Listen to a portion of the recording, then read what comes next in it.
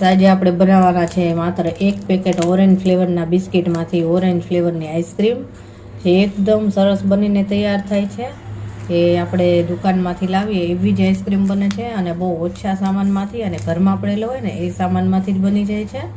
અને તમે એકવાર જો આઈસ્ક્રીમ બનાવશો ને તો આખો ઉનાળો તમે વારંવાર આઈસ્ક્રીમ બનાવશો જ। તો સારું ચાલો આઈસ્ક્રીમ બનાવી લઈએ।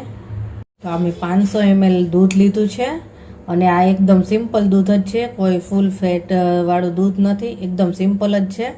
તમે કોઈ પણ મિલ્ક તમારા ઘરમાં જે આવતું હોય એ લઈ શકો છો। અને આ 500 ml છે। તો આ સૌથી પહેલાં તો આપણે આને ગરમ થવા માટે મૂકી દેવાનું છે। તો દૂધ ગરમ થાય છે ત્યાં સુધીમાં આપણે આગળની પ્રોસેસ કરીએ।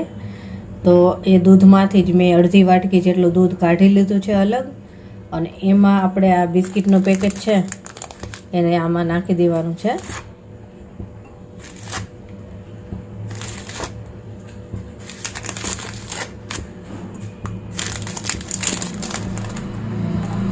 તો બધા જ બિસ્કિટ આ દૂધમાં મેં નાખી દીધા છે અને આને 5-1 મિનિટ સુધી આપણે આમ નામ જ રહેવા દેવાનું છે, એટલે જાતે જ એકદમ સોફ્ટ થઈ જશે।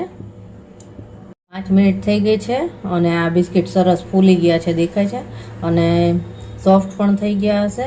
તો આને આપણે મિક્સ કરી લેવાના છે। જો સરસ ફૂલી ગયા છે અને એકદમ સરસ મિક્સ કરવાનું છે। તમારે આને મિક્સર જારમાં મિક્સ કરવું હોય તો એમ પણ કરી શકાય, પણ આ એકદમ બિસ્કિટ સોફ્ટ થઈ ગયા હોય એટલે ચમચીની મદદથી જ આ એકદમ સરસ મિક્સ થઈ જશે। અને આ આઈસ્ક્રીમમાં આપણે કોઈ પણ મિલ્ક પાવડર કે કન્ડેન્સ મિલ્ક કે કોઈ પણ એસેન્સ કાંઈ પણ વસ્તુની જરૂર નહીં પડે। બસ આ બિસ્કિટનો પોતાનો જે ઓરેન્જ સ્વાદ હોય છે એનાથી જ આ આઈસ્ક્રીમ એકદમ સરસ ઓરેન્જ ફ્લેવરનો થશે। આમાં કોઈ પણ બિસ્કિટના ટુકડા ના રહે એ રીતે આને મિક્સ કરી લેવાનું છે। તો બિસ્કિટ સરસ મિક્સ થઈ ગયા છે। હવે આપણે આમાં નાખવાનો છે 2 ચમચી કોર્નફ્લોર। તો કોર્નફ્લોરને આપણે એકદમ મિક્સ કરવાનું છે, બિલકુલ ગઠ્ઠા ના રહે એ રીતે। તો એકદમ સરસ રીતે મિક્સ કરી લઈશું આને। કોર્નફ્લોર પણ આ મિશ્રણમાં સરસ રીતે મિક્સ થઈ ગયો છે, તમે જોઈ શકો છો, બિલકુલ ગઠ્ઠા નથી। અને બીજી સાઈડ દૂધ પણ ગરમ થઈ ગયું છે, સાઈડમાં રાખી દઈશું અને હવે આગળની પ્રોસેસ કરી લઈશું। આ દૂધ સરસ ગરમ થઈ ગયું છે, જોઈ શકો છો। નાખશું આપણે ખાંડ। તો 1 બાઉલ ખાંડ લીધી છે મેં, અને વજનમાં જોઈએ તો 50 ગ્રામ ખાંડ છે આ। ખાંડ તમે તમારા ટેસ્ટ પ્રમાણે વધુ ઓછું નાખી શકો છો, પણ આઈસ્ક્રીમ થોડી વધારે મીઠી હોય તો ટેસ્ટી લાગે છે। આ ખાંડ જ્યાં સુધી ઓગળી જાય ત્યાં સુધી આને હલાવતા રહેવાનું છે।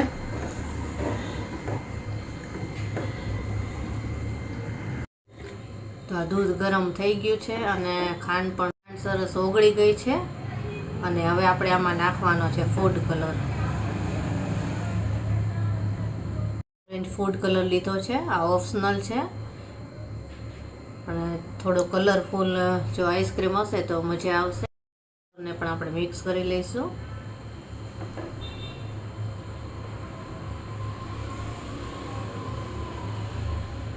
આ મેં 4 થી 5 ટીપા નાખેલા છે, અને જો તમે કલર નહીં નાખો તો પણ થોડો ઓરેન્જ કલરની આઈસ્ક્રીમ થશે જ, કારણ કે બિસ્કિટનો કલર ઓરેન્જ છે।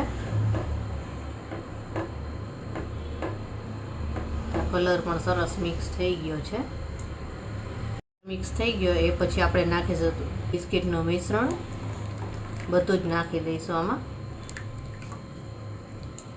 બિસ્કિટનું મિશ્રણ નાખ્યા પછી આપણે આને સતત હલાવતા રહેવાનું છે, કારણ કે આપણે આમાં કોર્નફ્લોર નાખેલો છે।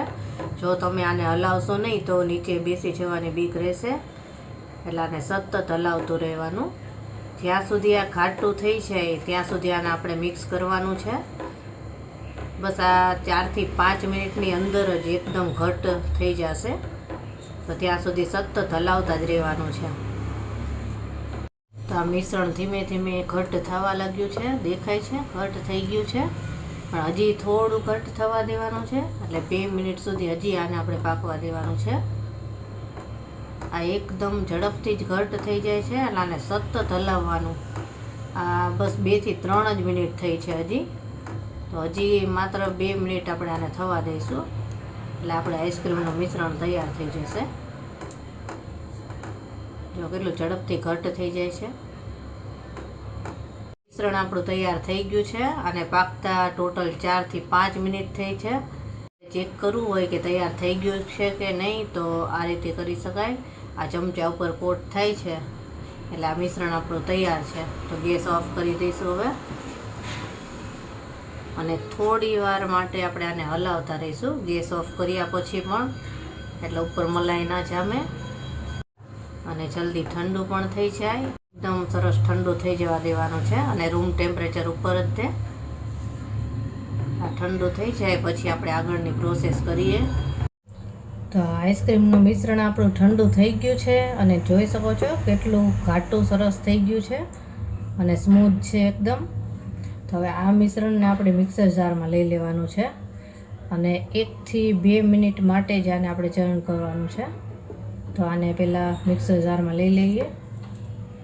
આ મિશ્રણને આપણે મિક્સર જારમાં લઈ લીધું છે અને હવે નાખવાની છે એમાં આપણે મલાઈ. આ છે ઘરની જ મલાઈ, આપણા જે રેગ્યુલર દૂધમાં જે મલાઈ આવતી હોય છે એ જ લીધી છે અને આ લીધી છે મેં 4 થી 5 ચમચી.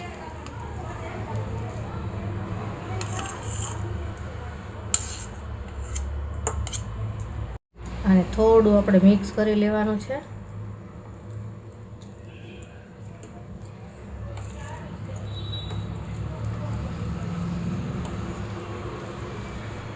બસ હવે આને આપણે ચર્ન કરી લઈએ. તો આને આપણે ચર્ન કરી લીધું છે અને કેવા સરસ જો બબલ્સ આવી ગયા છે અને એકદમ સ્મૂથ બેટર તૈયાર થઈ ગયું છે. તો હવે આને આપણે લઈ લેવાનું છે એક એરટાઇટ કન્ટેનરમાં. મેં આ રીતનું એક એરટાઇટ કન્ટેનર લીધું છે અને તમારી પાસે આવું ના હોય તો કોઈ પણ વાસણમાં પણ તમે રાખી શકો અને ઉપર પ્લાસ્ટિકથી કવર કરી શકો, એનાથી બરફ નહીં જામે. તો હવે આપણે આ કન્ટેનરમાં આઈસ્ક્રીમનું મિક્સર લઈ લઈશું. તો મેં આ મિક્સ કલરની તૂટી ફૂટી લીધી છે. તો સૌથી પહેલાં આપણે થોડી તૂટી ફૂટી નાખવાનું, આ રીતે છૂટી છૂટી. આની જગ્યાએ તમારે ચોકો ચિપ્સ નાખવા હોય તો એ પણ નાખી શકાય, પણ તૂટી ફૂટી હોય તો વધારે સરસ લાગે છે. અને હવે આ મિશ્રણ નાખી દેવાનું છે.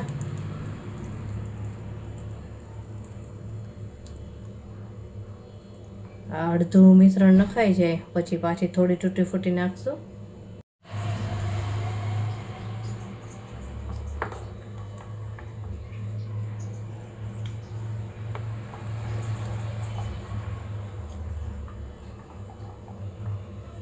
અને પાછો ફરીથી આપણે એક લેયર કરશું, એટલે વચ્ચે વચ્ચે પણ તૂટી ફૂટી આવશે એટલે આઈસ્ક્રીમ ખાવાની મજા આવે.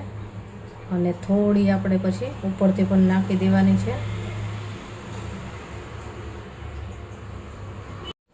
તો બીજું લેયર પણ થઈ ગયું અને હવે આપણે ઉપરથી પણ થોડી તૂટી ફૂટી નાખશું, એટલે જોતાં જ ખાવાનું મન થઈ જાય. જો કેવી સરસ થઈ ને.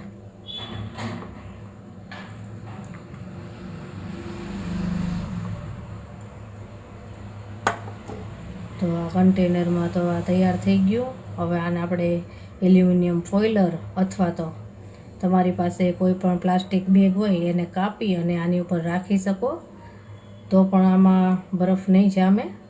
તો અત્યારે હું તો એલ્યુમિનિયમ ફોઇલર આની ઉપર રાખી દઉં છું. તો એલ્યુમિનિયમ ફોઇલર રાખી અને આને આપણે સરસ રીતે પેક કરી દેવાનું છે. ઉપરથી ઢાંકણ ઢાંકવાનું છે. સરસ એરટાઈટ થઈ ગયું છે અને હવે આપણે આને 7 થી 8 કલાક માટે અથવા તો ઓવરનાઇટ માટે આને આપણે ફ્રીઝરમાં રાખવાનું છે. તો અત્યારે હું ઓવરનાઇટ માટે આને ફ્રીઝરમાં રાખી દઉં છું અને કાલે આને આપણે જોઈશું. 8 કલાક થઈ ગઈ છે અને આપણે આઈસ્ક્રીમને ચેક કરી લેવાની છે.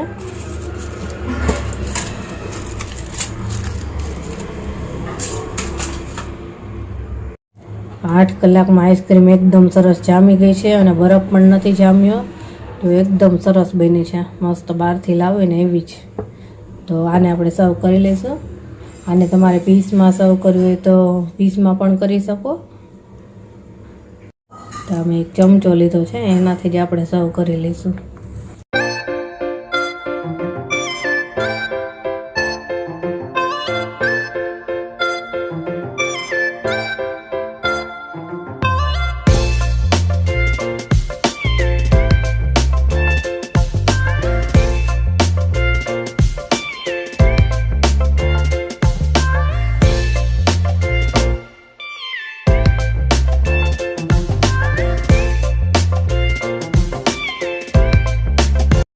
સર્વ કરી લીધી છે. તો ઉપરથી આપણે નાખશું થોડી તૂટી ફૂટી, અંદર પણ નાખેલી છે પણ આપણે થોડી ગાર્નિશિંગમાં નાખશું એટલે સરસ લાગે. થોડા ચોકર ચિપ્સ નાખશું જે ઓપ્શનલ છે.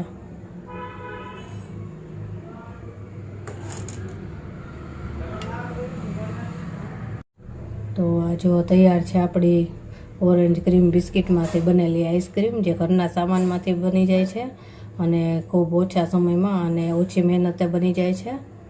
તો તમને મારી આ રેસીપી કેવી લાગી તે મને કમેન્ટ્સ બોક્સમાં જણાવો. અને જો તમને મારી આ રેસીપી પસંદ આવી હોય તો મારી ચેનલને લાઇક, શેર અને સબસ્ક્રાઈબ જરૂરથી કરજો.